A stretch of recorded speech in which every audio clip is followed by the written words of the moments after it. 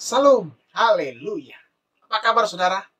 Saya berdoa, saudara selalu dalam keadaan sehat, dalam keadaan yang luar biasa, dalam keadaan yang begitu diberkati Tuhan.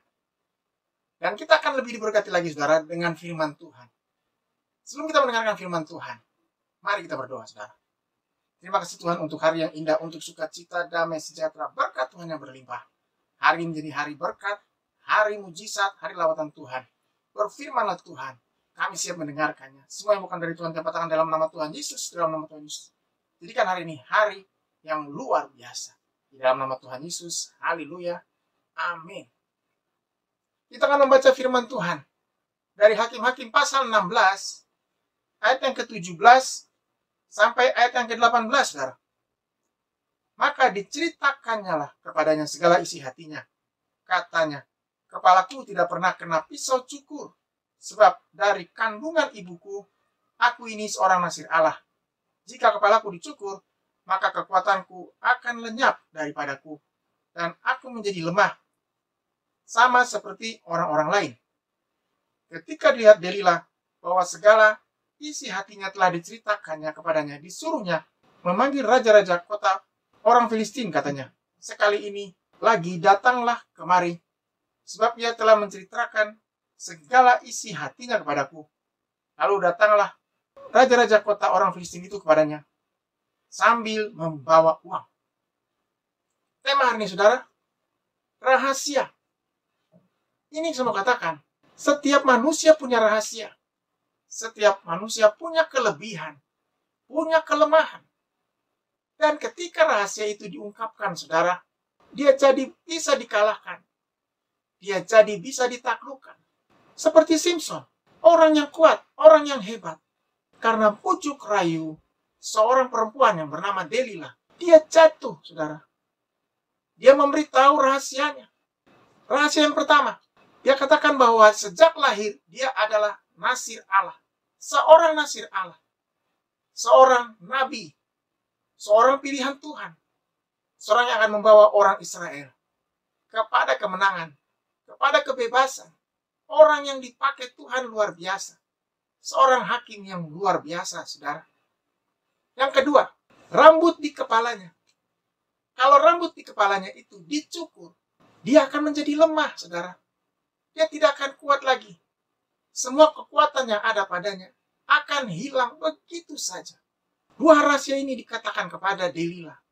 Dan ketika rahasia ini disampaikan, apa yang terjadi, saudara? Raja-raja kota orang Filistin datang. Dan semua tentaranya datang. Menangkap Simpson.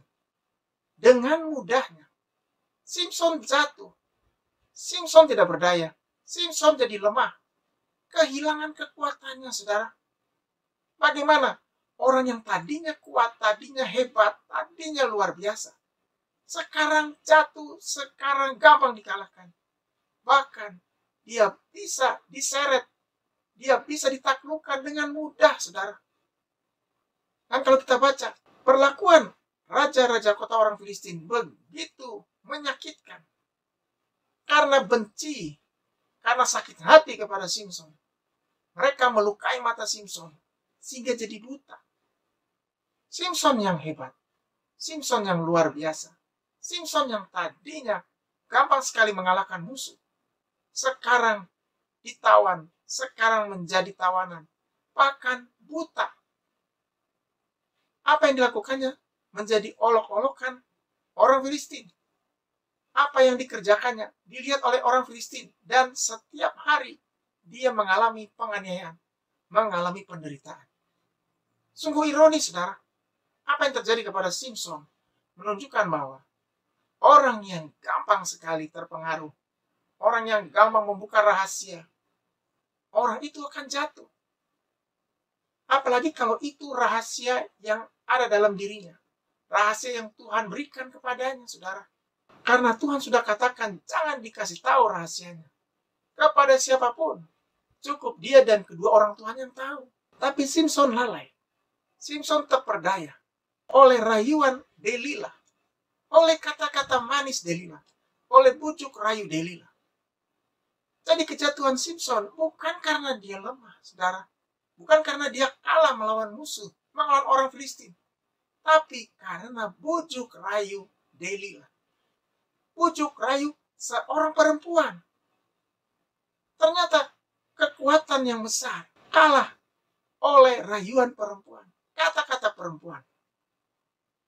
Bukankah kita sering lihat banyak orang jatuh karena perempuan, saudara?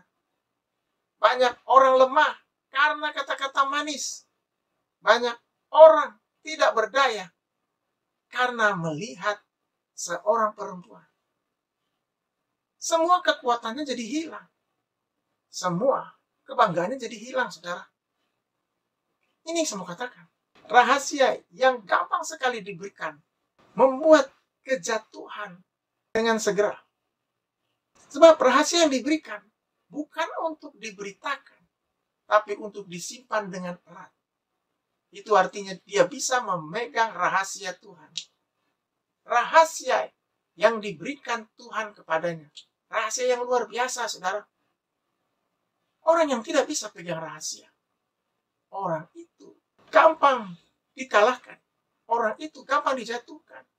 Orang itu tidak bisa dipercaya. Simpson tidak bisa dipercaya. Dia gampang sekali dijatuhkan.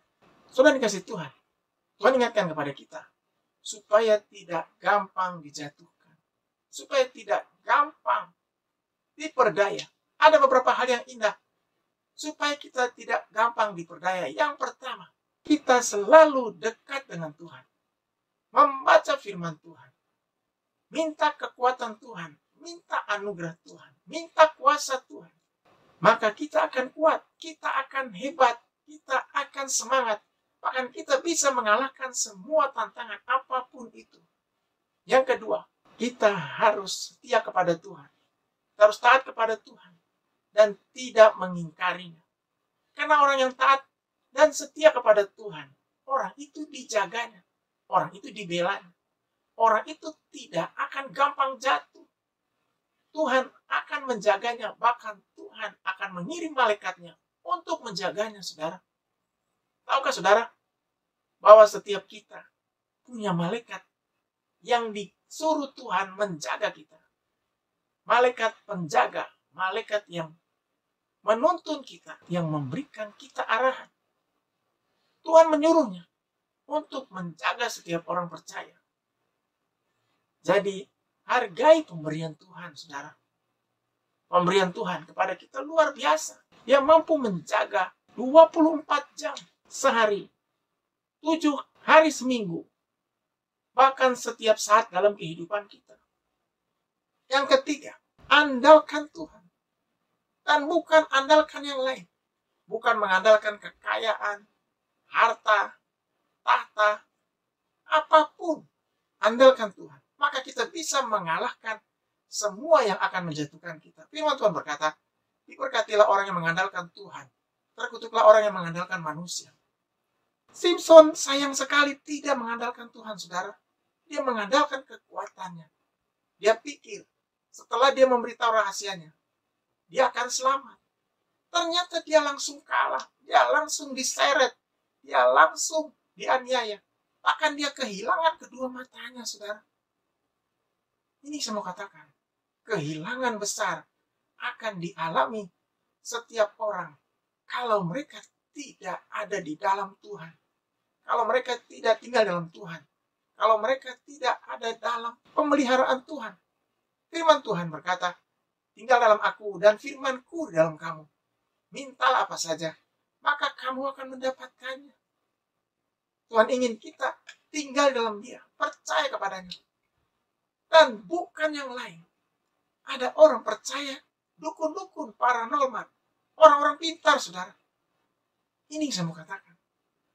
Orang yang percaya di luar Tuhan, orang itu tidak akan selamat. Orang itu tidak akan kuat. Orang itu akan lemah. Bahkan orang itu tidak akan berdaya. Karena nasihat manusia, nasihat yang lain di luar Tuhan, nasihat itu bisa menjatuhkan, saudara. Tetapi nasihat Tuhan, orang yang berhikmat, orang yang dipimpin oleh Tuhan, membawa kita kepada ketenangan, kedamaian, keberhasilan, membawa kita kepada hari depan yang luar biasa, hari depan yang penuh sukacita, saudara. Ini yang saya mau katakan. Belajar dari Simson yang gampang goyah, gampang lemah. Karena kata-kata Delila, kata-kata seorang wanita. Kita tidak ingin jatuh hanya karena kata-kata manis, saudara. Hanya karena janji-janji manis.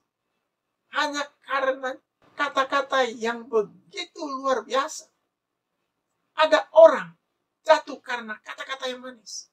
Karena janji-janji manis. Janji-janji yang begitu menggiurkan. Yang belum tentu kebenarannya. Tuhan ingin kita bisa membedakan mana janji Tuhan dan mana janji-janji manis yang menjatuhkan, saudara.